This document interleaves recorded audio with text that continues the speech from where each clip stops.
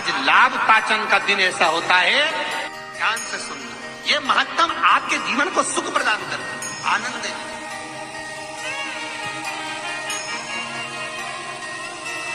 दीपावली के दिन घर के दरवाजे पर केवल द्वार पूजन होती है, शुभ लाभ नहीं लिखाया जाता। आज लाभ पाचन का दिन ऐसा होता है कि कंकु से, सिंदूर से, हल्दी से, जो आपके घर में हो उससे दरवाजे पर या मंदिर के अंदर जहां तुमने लक्ष्मी पूजन करी होती है, एक तरफ शुभ दूसरी तरफ लाभ लिखाया जाता है, जिससे हमारे घर में संपदा बढ़े, सत्ता बढ़े, हमारा वैभव बढ़े। आज के दिन लिखा है लाभ पाचन। क्यों कहा गया? क्योंकि इसी दिन गुणवती ने अपने भाग्य को लाभान्वित किया था, इसलिए ये लाभ पाचन है।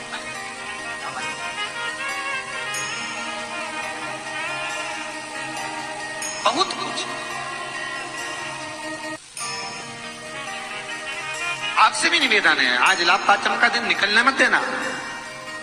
अपने घर के दरवाजे पर कुंकू से, हल्दी से या सिंदूर से, या जहां आपने लक्ष्मी का पूजन घर के अंदर करा हो, वहां पूजन वाली जगह पर कोई दीवार हो, भगवान की अलमारी हो, भगवान की चौखट हो, कोई अब जहां हो, छोटा सा शुभ और लाभ जितना बड़ा आप लिख सकते हो, कोई तीली से, काड़ी से, उंगली से, जहां अगर वहां नहीं लिख सकते तो अपने घर की अलमारी पर, तिजोरी पर, भंडार भरने वाली जगह पर, रसोई, कहीं पर भी शुभ लाभ लिखना। जीवन पर्यंत समृद्धि, सुख, वैभव।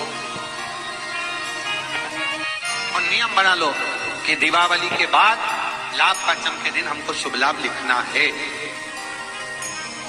महाराज आज ही का दिन होता है, आप लोगों को तो मालूम होगा, पहले के समय में दिवाली पर ये जो गल्ला व्यापारी है ना महाराज, इन लोगों की छुट्टी हो जाती है। अडवाल जी, ये गल्ला व्यापारी जो होते हैं ना, सारा व्यापार की छुट्टी हो जाती है। तो गल्ला व्यापारी जो होते हैं, कपड़ा व्यापारी होते हैं, नया काम जब चालू करते हैं तो आज ही के दिन से करते हैं महाराज, क्योंकि आज के दिन इनकी बही खाते की वापिस पूजन होती है, गल्ले की पूजन होती है, व्यापार की पूजन होती है, क्योंकि आज के दिन से जो करा हुआ जाता है वो आगे तक बढ़ जाता है, तरक्की की होती है।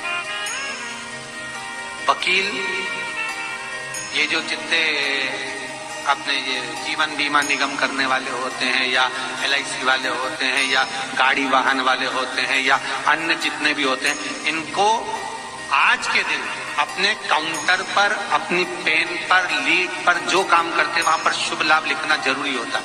कई लोग बाहर रहते हैं, नहीं लिख पाते, तो एक कोरे कागज पर कुंकू से शुभ लाभ लिख लो और वो घर पर जाकर बाद में चिपका दो। पर आज के दिन शुभ लाभ जो लिखा जाता है वो जीवन पर्यंत सुख समृद्धि में कमी नहीं,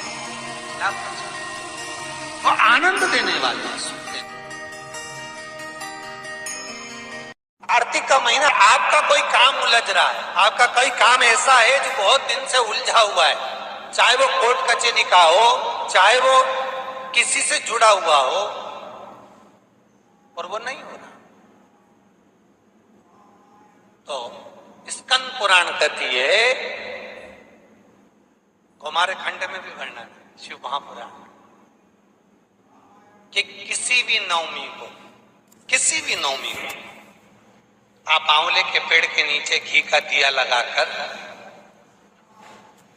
मौली मतलब हाथ में जो नाड़ा बांधते हैं, लच्छा, मौली, लच्छा, नाड़ा, हाथ में बांधने वाला पूजन वाला धागा लाल, घी का दिया लगाकर 5 परिक्रमा आंवले के वृक्ष की कर लीजिए, और परिक्रमा कर धागे को वहीं पर छोड़कर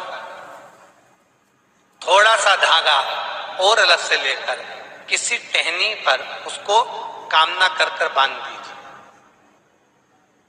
महाराज 10वीं तिथि को, नवमी को तो ये करोगे, 10वीं को वापिस जाकर आंवले के पेड़ के नीचे घी का दिया लगाइए, और जो धागे की आपने टहनी पर जो धागा बांधा है उसको खोल कर ले आइए, अपने हाथ पर बांधकर उसी धागे को पहनकर अपने काम के लिए निकल जाइए, आपको सफलता प्राप्त हो जाएगी। स्कंद पुराण में आंवले के वृक्ष का बड़ा महत्व है महाराज।